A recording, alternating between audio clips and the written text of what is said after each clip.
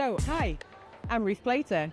I'm from Radial Path. I'm the CEO and founder of Radial Path. I'm also the host of Makers and Breakers podcast, which we're just getting up and running. It's really exciting. And today I have Ilissa Miller, CEO of iMillerPR, and I have Raymond Burrell, managing partner at Gemini Prime. So, Ilissa, I'm going to start with you. I'm just going to do a quick rundown of your career because it's insane. So you've, and correct me if I'm wrong on some of these as well. So you're CEO and founder of iMillerPR, 13 years? Going strong? Yes, exactly. 13 years. Yeah. So as an agency owner, that's amazing for me to hear. That's great. It shows that there's, longevity in it, which is great. 25 years career in PR? 25, sorry. Digital infrastructure and PR and sales and marketing and product, yeah. Yeah. And now representing companies, really cool companies like Quantum Loophole. You've got Start Campus as well. Great projects with those guys. DC Blocks. DC Blocks. Some really companies that are changing and shifting the digital infrastructure landscape for the future. Yeah, excellent. Yeah, it's a great lineup of clients. And then you're also the host of your own podcast. Yeah, NEDAS Live. Which I really want you to... I tried to find out NEDAS's acronym and what that was, so I'm going to get you to explain that in a bit as well. Raymond's 20 years in the industry as well, in digital infrastructure. Yeah. Companies like EchoSense, Johnson Controls, Train, Schneider Electric, mostly data center optimization, right? Yeah, software solutions mostly, but also hardware. And I've lived a couple different lives in actually construction and development. Detroit, during their bankruptcy, we did a lot of rehab of multifamily and office when I was back in Michigan taking care of the family. So lots of chapters, but all started with Johnson Controls out of college. Amazing. And then Schneider was the last corporate gig before doing what you two ladies have been doing a lot longer than me, and I hope to have the longevity that you both have right now. And it's a lot of like sustainability and ESG strategy that you're doing now with Gemini Prime, right? So correct. It's like 3 pillars that I kind of explain to people. There's a little more to it than that, but mission critical solutions, software and hardware, and then sustainable technologies, and then wellness programs and retreats. So those things are really important to me. And if I'm going to go out and build a business that I believe in and that I believe has tremendous value, it has to resonate. And so that's what I'm focused on. Amazing. So today we're going to try and dig into some of that. So what it means to provide strategic consultancy, I think is a good thing for all of us to check around, since we provide consultancy in different formats. The marketing support to those companies as well. Obviously, Ilissa, you've done plenty of that, so I kind of want to look at that. And what it means in the digital infrastructure space right now, like what we need to do to innovate, what we need to do to manage change, how we support marketers as well, as when you've got things like sustainability being such a hot topic, such an important topic, but also how we're looking after executives in the industry. And, for me, that's marketing people are extremely sort of under pressure right now with all the changes going on. So we're going to talk a bit about that. And a kickoff question, I guess, is, marketing people are under a lot of pressure. All directions, above and below, all directions, usually from salespeople as well. Yeah. So what do you think, how do you think we need to tackle that? What are the kind of strategies that marketing people, marketing leaders who would be watching Makers and Breakers can start to think about in terms of building resilient marketing teams, how they retain staff, that kind of thing? What are your thoughts? Ilissa, I'll throw it to you first.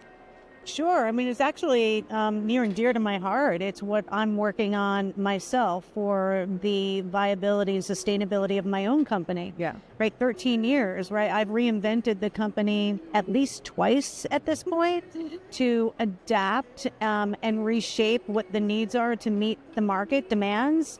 And right now, it's education, it's professional development, it's management of ongoing resources. And I'm learning that, back in the day when I started my company, right, 13 years ago, when I started in the industry over 25 years ago, it was my responsibility to learn and figure out what I needed to know to develop my career. Now, there are learning tracks and there are companies that are creating solutions to help individuals create those learning paths for themselves and empower them with that direction and information so that they can be in more control of their destination. And that's what I'm working on for myself, for my own company, for my team, because no longer can I rely on them to be promoting on what they need to learn.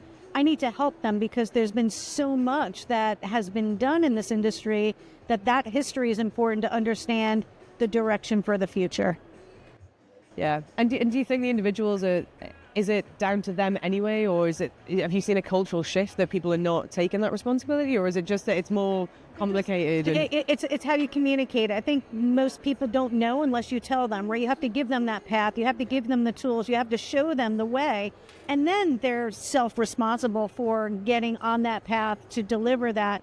But unless you show them, there's just too much out there. They don't know what they don't know. And too many different directions to go, and they don't know how to harness those channels to give them the career path that they want. So I think it's incumbent upon us as leaders to be able to give them and show them the way, and then that would empower them to take the reins for themselves. Yeah. Very amazing. good. So what kind of things are you doing in this new plan that you've got to reinvent your company again? Because I know we talk a lot about doing that as agency owners. Yeah, standardizing job roles and responsibilities, creating a knowledge set for what's appropriate to learn for that job, whether you have that now or you need to learn that to be better at your job. Or to get promoted into something, right? Career path development. If you want to go this track, what you need to do. If you want to go that track, what you need to do. What are the ancillary things? And we have new technologies. I don't know if you heard of AI, but that's really impacting things. And so everyone needs to understand how to use AI to be better at what you do, and not just have that be your job, but how do you use that as a partner, as a resource, as an assistant, as a guide, so that you can be smarter and more efficient at what you do. Yeah, amazing. So, and Raymond, just to kind of chip in there, you know. I hope I don't have to follow her this whole time. Sorry. Just these home runs on I me. know, I have to it's step sickening. up the plate here. No. You got this. No, I'm all good. So I'll approach it from, I think, more of a sales perspective, and that I've been in sales and solution sales a lot of my career, business development. So for me, I think there's the R&D and the ideas, and they acquire new companies, and there's a lot of great products and services that are being developed. But then you have the reality is, how does the marketing person learn, understand what the company has to offer, the value associated with it? But then they have to empower the salespeople, or the people that are on the front edge, the leading edge, or the tip of the sword, to be able to go out and actually effectively deliver those messages, derive the value, uncover the pain, right? Create the solutions. And so I think there needs to be better alignment with these three groups. And I think the earlier you can bring in marketing to the process, the better you're going to be. And oftentimes, the engineers and R&D are not thinking about marketing, right? The salespeople are like, where's my collateral? Where's this new stuff? I can't go sell this new widget without it. So there is, I think, a misalignment with these three different groups. And I think earlier engagement, having leadership engaged, coming up with the structure, the plan, the process. And then from there, you can let it kind of filter down to the troops, and hopefully they'll start to gravitate. As you said, like, take the horse to water, but you can't make it drink. I can give you all the tools that I want, but if you're not going to use them, or if you're not going to embrace these things, it's going to be difficult. So for me, I always like to work closely with marketing. They empower me with the tools that I need, the toolbox that I need to go out and effectively deliver the message, to be able to, frankly, be able to adapt to whatever the problem the customer has. Each customer has a unique set of circumstance. And so if you're going in and just, like, I got a guy recently hit me with a LinkedIn request to connect, and I just blindly connected, and then it was an automated email that came straight after, and I was like, there's no thought in that. There's no personalization of that. I didn't respond, of course, because I had other things to do. Then he hit me back with finally his first real engagement, which was like a real general random question. And I was like, I do not have time for none of that. And so I think there is a lot of value to early engagement and alignment, and making sure that everybody understands each other's roles and what's important to each group and those stakeholders. And then you can really form like Voltron and have just a really powerful team at that point. I really like what you're saying, though, about, because I think, again, this makes marketers' jobs really difficult. It's what needs to happen, that sort of juncture with engineering products, the business strategy. If you don't have a business strategy, it's very difficult to have a marketing strategy. Right. And that is, not an uncommon story, right? Sometimes that's a little bit vague, or it's still in flux. If you're a startup, you're like, well, we've got this great, value proposition or great products, but we're still kind of like trying to figure out the business plan.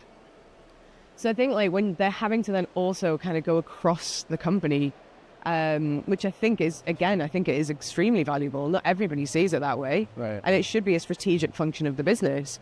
it just adds to their workload, though. That's the only other issue, right? And I don't know, I honestly don't know the solution to that. And I also want to add that, as a public relations person, right, I'm a subset or an augmentation to marketing. Yeah. And marketing and PR should work more hand in hand, but our industry, which tends to be full of engineers and technical folks, don't really understand what marketing can do. Yeah. And so therefore they don't understand the power of PR and marketing.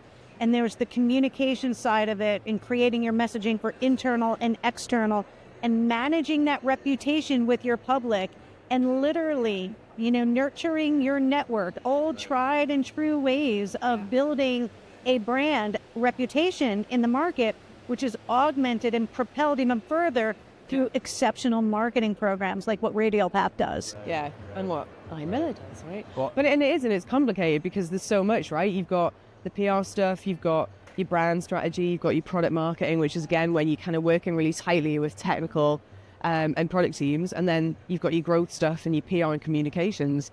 So there's a lot to consider for them. And then you add in AI and the tech. I mean, the tech stack was already complicated for marketing people. The sales tech stack is very complicated for salespeople, which usually gets pushed to marketing people. Right on. They don't want to put their data in CRMs, Nobody wants to update their you CRM. do, I know you do. I love, they've gotten good with tech to be able to automatically take an email and tag it to the CRM. Yeah. They've making it easier for me, and I definitely, even actually with the time on EchoSense Corporate, now that they're a partner of mine, but in the corporate, they had a nice solution for that. And I was tagging all my emails super easy, and I was like, this is great. And so the chain was contact, no matter who was there. I know Steve's come in on the back end of me, and he is now leveraging everything that I built at that time, and we both now can grow and succeed from it. I like, your motto for your company to me is the whole thing in a nutshell. It's growth by design, not chance. Like, I'm not trying to throw a massive amount of darts at the dartboard and just hope that one hits bullseye. You have to be strategic about these things, and that's also a synonym for a solution, a unique solution, right? So, understanding your customer, understanding what each group within your company needs, and then, marketing is kind of the glue that's going to hold it all together, and then also it is what the world will know you as. The colors you choose, the logos that you pick, the branding campaigns, the digital infrastructure, all these things become, I can't tell you how many commercials that I can remember right now from my childhood when they had an effective marketing strategy. And it's just emblazoned in that brain, right? And so I'm still buying, I don't buy Crest toothpaste anymore, but I did for a long time because my mom did. And they had a really clever campaign, and now I'm moved to Tom's. Tom's also has a really good brand and a really good marketing presence. So I think there is a lot of, we need to go back to, I think, a more strategic philosophy when it comes to how do we innovate, take our genius ideas and market them so that sales can go out and effectively promote them, right? And then that ends up turning into, I hope, a great pipeline of revenue and opportunities that keeps everyone busy and happy and fulfilled, and they can go out on their weekends and evenings and actually live their life instead of working till 8, 9, 10 o'clock or on their Sundays and what have you. Yeah, great, excellent. With all this, obviously we mentioned AI, the sustainability, there's a power crisis with data centers. There's all sorts of things going on now in the industry. I think there always has been, but it does feel particularly, there's a lot going on right now. More than ever, it feels more than ever is a lot. In terms of how you advise your clients, how are you advising them in terms of managing that? And the cons around it, I guess, Ilissa. Yeah, I've got, this is what I live and breathe right now. Strategic communication, sometimes even crisis management. And you have to be smarter than your opposition, and you got to get ahead of it. You have to be open and transparent, and you have to build that trust. Unfortunately, we've had a history in our industry of being secretive, especially data centers, right? Nobody wanted to know about data centers because, God forbid, the terrorists could get to that. And, then we'd have this digital infrastructure. But things have changed. We also had a problem when hyperscalers were coming into, new communities and trying to buy up land and all these secrets about what they were doing and not doing. So people, right, the general population didn't understand why things were being so secret. And so they became skeptical, and that skepticism continues to this day. So we need to re-educate that. But it's not just a community level engagement. It's a top-down, bottom-up approach, which is what I call it. right? It's at the government level, it's at the legislation and regulatory level, and within communities. Because the more and more people use an iPad and an iPhone and stream and game and using AI, the more we need data centers. And the key challenge is that we've got trillions of dollars being invested in broadband, but a broadband network that goes nowhere is no good for anyone. And a data center that sits on an island is no good for anyone. And so there's this massive disconnect of understanding, why do we need data centers? Well, why do we need broadband? And if you have broadband, you need both. Yeah. No, that's well said. Yeah, it's the end-to-end connectivity. And then you've got obviously everything with subsea. That's become now a sort of bottleneck in terms of the next panic. Oh, that's a whole AI. other monster, because that's becoming a geopolitical battlefield of who's going to own that subsea infrastructure, because that becomes a power play. If you take a look at the United States, right back in, the late 90s, when we did that last resurgence of, the initial, for this modern era, resurgence of subsea, there was a lot of private investment coming from the United States, coming from the hyperscalers that we still see today. Now, if you start to see the undercurrents of what's happening, there are emerging, countries that are owning and operating and getting into that from an investment standpoint, because they know that that is control of communications in and out of their countries. They know that's revenue. They know that that is the power play to go. And so it's really interesting to see the shift in the mindset and the knowledge and know-how of the power of communications infrastructure. Yeah. You take that and you put that into companies and go the power of communications, it should be pretty obvious, right? Manage your message, get a clear message, amplify that message, get that message out there, proliferate, educate. No, but we use the infrastructure to get everything out there. It should be a top-down, bottom-up approach for sure. I like that. Top-down, bottom-up. That's a good. Yeah. What obstacles are you seeing as well, Raymond, with your clients? What are they struggling with? And what are you trying to sort of help them with at the moment? Yeah, I think she hit on so many good things, and I'm going to mirror some of them, but I just, on Saturday, got inspired, and I was meant to be doing something else, and I wrote a blog that basically said, our data centers, the single point of failure for our digital future. And I'd even go a step further, like, if we're going to evolve and incorporate and adapt to AI and bring these things into our life, like, there is none of that without building more data centers. And our secrecy has not helped us. It is just emboldened this not in my backyard with these, projects that we don't know what's going on. So obviously all of, I trust Ilissa and all the PR folks in the world to help us to go there, and the Ruth to help market and brand us to get there. I think though, what's interesting is that to me it's four things. There's land, power, fiber, and now frankly cooling, because with AI and high compute applications, we're getting to a point where traditional data centers can't even take on the new load that they need to put in them. Everyone has to either retool what you have or build new. And I am a big proponent of reuse and adaptive reuse and recovery and sustainability. And so we're only 60% utilized. So we got to figure that out, right? How do we get more out of what we've already built? How do we retool? But then when we go to build new, how are we educating the community? How are we using the legislation? Like, you don't think politicians want tax revenue coming back into their district, right? They have to be reelected. They have to do their job. So I think there is several ways that we can work together and create these synergies where, one, we're clearly communicating with a value. You want NVIDIA's stock price to keep rising and all these GPUs to get installed? Great. Well, at the end of the year, they say that it's potentially going to be, they're forecasted to sell about 1.5 to 2 million GPUs and install them this year. That is the equivalent to the amount of power they use in the entire city of Phoenix, Arizona. So this isn't sustainable at all when it comes to what we have and what we need to build. So I'm not suggesting that we slow down technology and innovation. In fact, I think we embrace it. But at the same time, we have to do better with the resources we have, the infrastructure we've built. We have to communicate better about what this plan is, what we're doing, why this is valuable. You want your new Apple Vision Pro glasses. You want autonomous vehicles communicating with the highway and working so you can just sit in your backseat and watch a movie while you go somewhere. If you want to get to this future, not only do we need to build data centers 10x or higher than what we're doing right now, we have to educate and we have to innovate how we cool, how we bring power, how we do on-site renewable power, green hydrogen. I mean, there's a million different ways that we can all work together to enable this future. But until we come out of the dark and shine light on all of this, it's not going to happen. And I want to add to that there's also better ways for us to be stewards of the land we develop. We can create these industrial development zones in concert with nature and using the natural technology of plants and shrubs and ferns and trees in order to be able to create carbon sinks and recapture that so that we can have a sustainable future. It's not just relying on water and air cooling technologies, but it's also being smarter. You know what the challenge is, though? It's expensive. Yeah. And when, we're doing these developments, a lot of traditional developers are all about that profit. But we're getting dinged as an industry because we are and have been about profits. Now, how can we balance that with being better stewards of the land, being smarter developers, and balancing that with profit, right? And that's where we get into a bit of a challenge. No, I think you nailed it with it. So, legislation, once again, politicians, there's a reason why we pay taxes and create these programs to incentivize development in certain areas. But to your point, bringing in the more natural landscaping and vegetation and drought-tolerant and resistant plants, as well as indoor and outdoor agriculture and vegetation, daylighting, natural ventilation.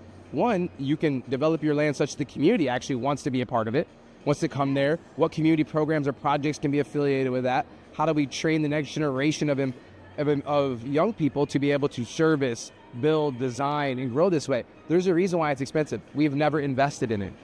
And there is no way for us to move forward unless you invest in this. We have to really enable our leaders, elected officials. I think the public education system is a fantastic, public and private education system, fantastic vehicle, but the higher ed is where I'm targeting. I'm fortunate enough to have a call coming up with the University of Michigan, where I went to school, and they are already embracing and releasing the first version of a university chat GPT and Amazing, which is a public forum to be able to essentially open up the grants and Pell Grants to students so they can, there's 4 billion grants that go unclaimed every year, right? So there is numerous ways we can work together to do this.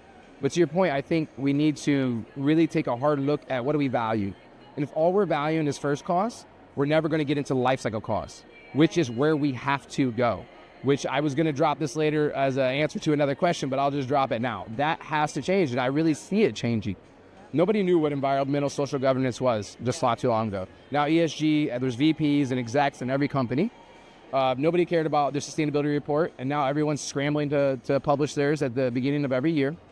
So I think it's really beholden to us to realize that this is not only profitable, it is essential to our future. We won't have one if we gobble up all these resources, all this land. We disenfranchise people. They don't feel that they know what's going on in their own community.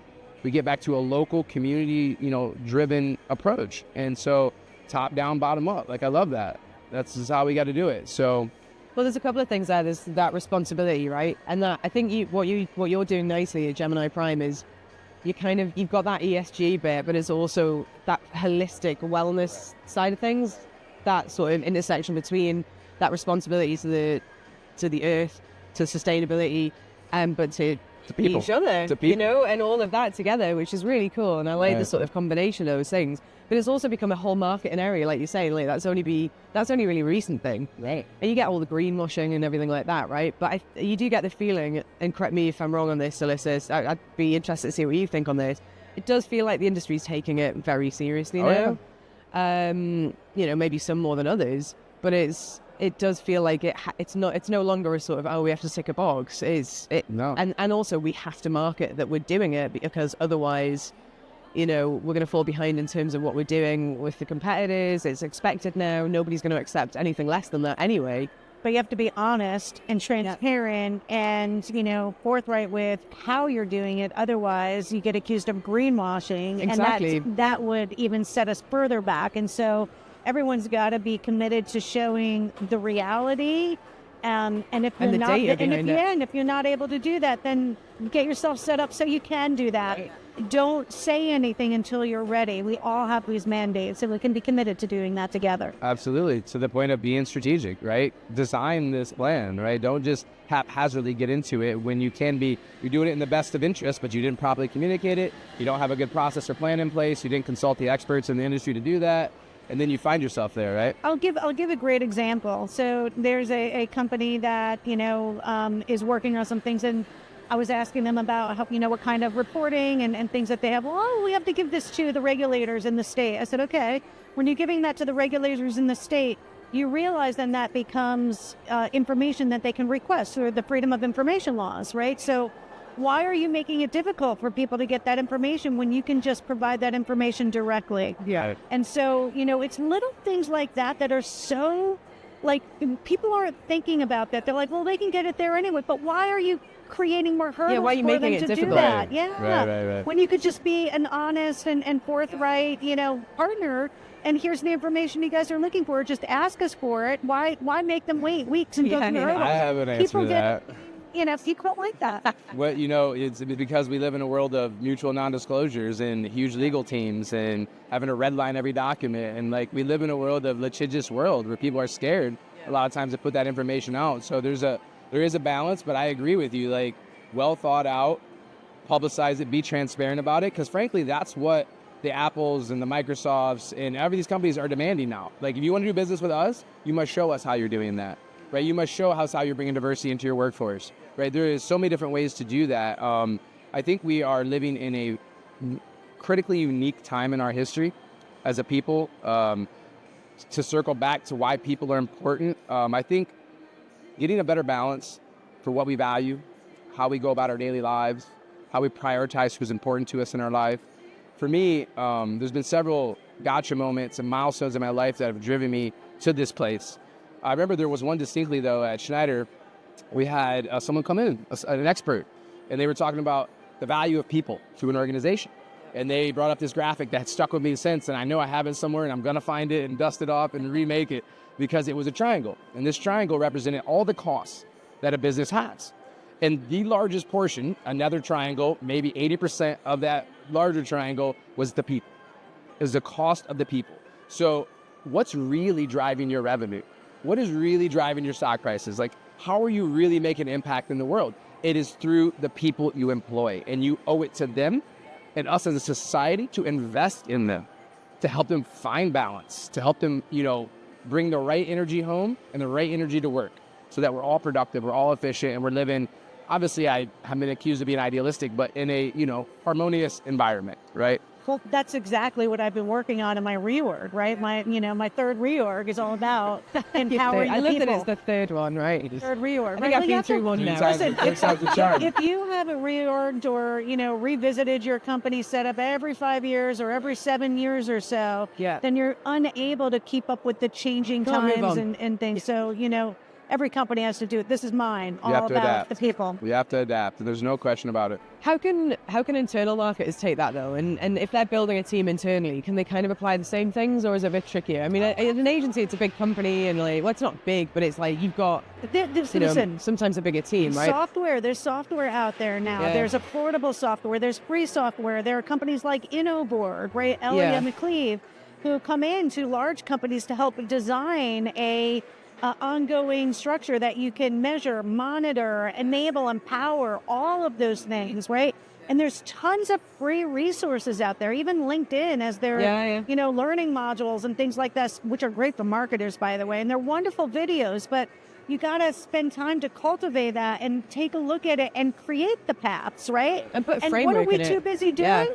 Working, strategically advising, creating branding and marketing and writing. Quarterly objectives. We're so busy with the day-to-day. That's full circle, right? With the beginning, which was like, marketing people, especially a marketing person who owns a business as well, like yourself, is like, you're juggling a lot. And it's that sort of, how do you, you kind of go, right, we'll do learning programs, we'll give people LinkedIn and these kind of academies and stuff to pull on. But I think unless you put a framework around it, it is just like they're just swimming in an ocean going, well, where do I begin, Right. So I'm really interested that you're doing that, actually. It's really cool. And, that you constantly revisit, because I think that's been a learning curve for me, actually, is that you do have to kind of break stuff a little bit to get forward. And it's not always the popular thing to do either, but it's sometimes a necessary evil. And it can be uncomfortable, and it's, what is more uncomfortable than making positive change, right? It always has to be a little bit uncomfortable, I think. I will share, before we sat down here, I was talking with Saray, and I said, I'm honest, like I'm going through a tough time. I'm in it. I'm not up to here. Yeah. I'm up to here. Yeah. Because it's the day-to-day of the business, which cannot go away. And then it's the day-to-day of the people, which is it's a process, and it can't be done overnight, and it's going to take a while to really implement the vision of what I'm trying to accomplish. It's exhausting. It takes a lot of dedication. It takes a team. I can't do it alone. I need other people. And so it's very deliberate, but it's also exhausting and overwhelming, which is why people don't do it, because they're exhausted and overwhelmed. They're already exhausted or burnt out, and Right. they know they need to do it, but they just procrastinate on it, where right? do they let, things go to the wayside? Is their people, or they leave it up to their people to make those figure it out. decisions. And those people are going to do what's in it for themselves, not what's in it for their business. So I'm trying to, it's a huge heavy lift. It's exhausting, but I wouldn't want it any other way. Yeah, exactly. That's it, right? That's the sort of golden nugget at the end. Right. No, so when we were talking, it just reinforced for me the importance of, so top down, bottom up, there needs to be programs committed for the boots on the ground. And there needs to be programs created for executive level, C-level, upper management, because they both have a role to play. But if they're all pouring from an empty cup, then we're all going to be really, really thirsty, right? There's going to be no ability to, I think, find that next gear or bring and elevate your energy to be more efficient versus just hitting it with a lot of hours, right? We were just talking about, like, how do you have a day where it's back to back to back to back meetings? Yeah. Like, at what point do you do work? At what point do you actually innovate? At what point do you iterate? At what point do you adapt, right? At what point do you sit and think And do that deep focus work, right? Think and let it all seep in, Right, integrate. so you can completely feel it, embody it, and realize it. That's what I'm hungry for. Right. Is my think time. That's what your I'm challenge, going right? for. Getting Yeah. that baked in. To kind of button it up when we were chatting, my advice and just what I was like, not even my advice, what I'm doing and what I was sharing was that there are ways to carve out and, like, for instance, block off an hour of your time in your day and then use that time you want to meditate. Maybe you want to do some breath work. Isotropic breath work is extremely powerful. And in 20 minutes, you can change your entire state, physiologically, mentally, spiritually, come back like a brand new day. So I've had people that I've read about, and they have done it where they feel like they have 3 days in one day because they have these points of time in the day where they actually do something to change their state. They invest in themselves. And so maybe that's the kind of food you're eating. Like, I was just fortunate enough, met a lovely lady on my lift over here. She's a teacher. She teaches Spanish. She's her first language. She teaches, nutrition. And we were talking about how critically important it is, the food that you eat. Like, your Ferrari's not going to run top end if you're putting unleaded fuel into it. So I think, how do we encourage our employees to eat right? How do we encourage them to get a gym membership, Pilates, yoga, Reiki? Like, I actually do acupuncture, and I discovered it because I had legit low back injury, or like just a lot of wear and tear on just going hard in my life. And I found this modality, and it has changed my life. Acupuncture, as like Chinese medicine and certain medicines that I've found and discovered, aren't really promoted here in the Western world. We're very pharmacologically, driven in a lot of respects, but there are absolutely thousands of years of time and effort put into developing these modalities, and they change lives. They heal people, and they give you in a place in a state where you can take that intentional break, reset the bar, integrate what you just learned in that amazing webinar or whatever you just did, and apply it to your work. So it's a balance here across the board. I'm right there with you. As a matter of fact, I won't say what data center conference it was, but I wrote a blog about the fact that we were at a data center conference talking about power issues when we weren't caring for the personal energy that's needed. They were not sustaining us with the right food. It was fried food and chips and sodium and sugar alcohol and and alcohol and plastic everything. And why ask if you have a food preference but not plan to cater to that? And how are we supposed to be at high frequency solving the world's problems through digital infrastructure when we are not energizing our gut and our minds right from the inside out? So right on. Powering data centers is how do we power our bodies and Well, ourselves? there's a lot of work coming up, right? So everyone needs that extra help. Well, how do we get it done? I was just going to say, so we've got, I think you might have partially answered it earlier, but one thing that we do like to ask is, what would you break and rebuild in the industry? And I know we've touched on some of it, but go on, please, because you kind of, I can see you're ready to go. Super excited about this. So I would break the first cost mentality straight away and move to a life cycle approach. We obviously live in a world where everybody that is a publicly traded company operates on your monthly, quarterly, annual goals. And then they end up driving a lot of bad behaviors, a lot of bad investment, a lot of, hiring people at the end of a quarter to show profit, all of these things that aren't conducive to creating strong foundations to build on. And this is what I've taken my time with this business at the detriment of my savings account, because I wanted to build a foundation that I could grow to the stars with. And if that foundation is not solid, rooted, deep, with the right type of morals, values, and vision, then when I start to build on top of it, the sands will shift and it'll collapse. And so, I do believe that life cycle costs are the only true way, honestly, to make informed decisions in my mind. So we have to move away from this first cost mentality, this monthly, quarterly mentality. Like, it is okay to report a loss, right? You don't have to have losses or gains month after month after month. I remember I got my goals one year at a corporation. I won't name their name, but I had already been growing 20%, 30%, 50% year over year. I'm talking President's Club, etc.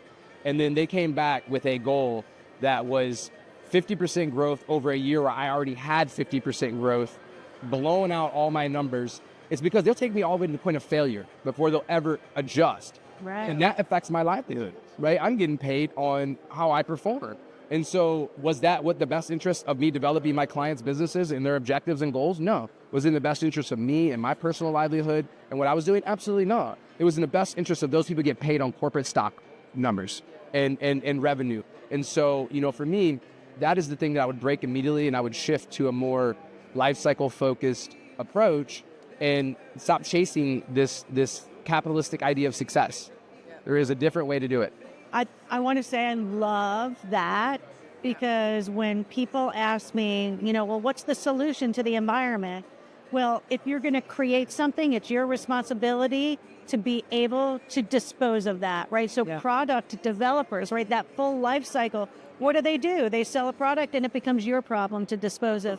And then you're going to put that in the trash and it becomes the municipality's problem. And then it goes into the environment, becomes the earth problem. And we don't have that ownership of life cycle responsibility. So I love that from a corporate financial, from a product development, the entire thing, we have to be responsible for what we put out there. We're passing the buck every minute we do this. Yeah, as soon as you get that profit line in, you're like, great. I have a similar example. It's called shelfware. Software becomes shelfware. They invest heavily in all this software, but because it wasn't designed properly with their goals and ambitions in mind, or was sold to them as a package you can't break apart, you're sitting on one module that this one guy uses all the time, 5 modules that never get used, but they can't get rid of those 5 because of how it was right. And then so there's all this wasted energy and capability and time and effort. And so, once again, I'm very solutions-based individual and strategic in nature. So yeah, I think thinking with life cycle costs, thinking organic solutions and strategy that are aligned with unique situations of every person that are comprehensive, to your point. Like, it cannot be on these short-term first costs, win at all costs kind of mentality. Yeah. Ilissa, what would you break and rebuild? It's the everything, everywhere, all at once mentality. I mean, those who are driven and passionate, you'll never work a day in your life, right? Yeah. And however, there's a lot of personal self-sacrifice that comes with that, unbeknownst to the people, right? There's the self-care and the nurturing of self, right? Eating well, exercising, breathing, all of these things that allow you to get recentered. And we grew this industry for the past, 25, 30 years with this incredibly competitive spirit. And I think it came at a cost of people and putting people and prioritizing people. And I think part of this conversation was also illustrating that we are getting back to the people. People do matter. And that means people matter from the inside out as well. And so I'm working really hard with my organization to make sure that there is a balance, that I'm not crossing that personal timeline. And if I do, I ask permission before, and respect all of that stuff, because it's not fair, right? For that personal sacrifice, people are expected to have that balance. And I think it would be nice if we understood that a bit better.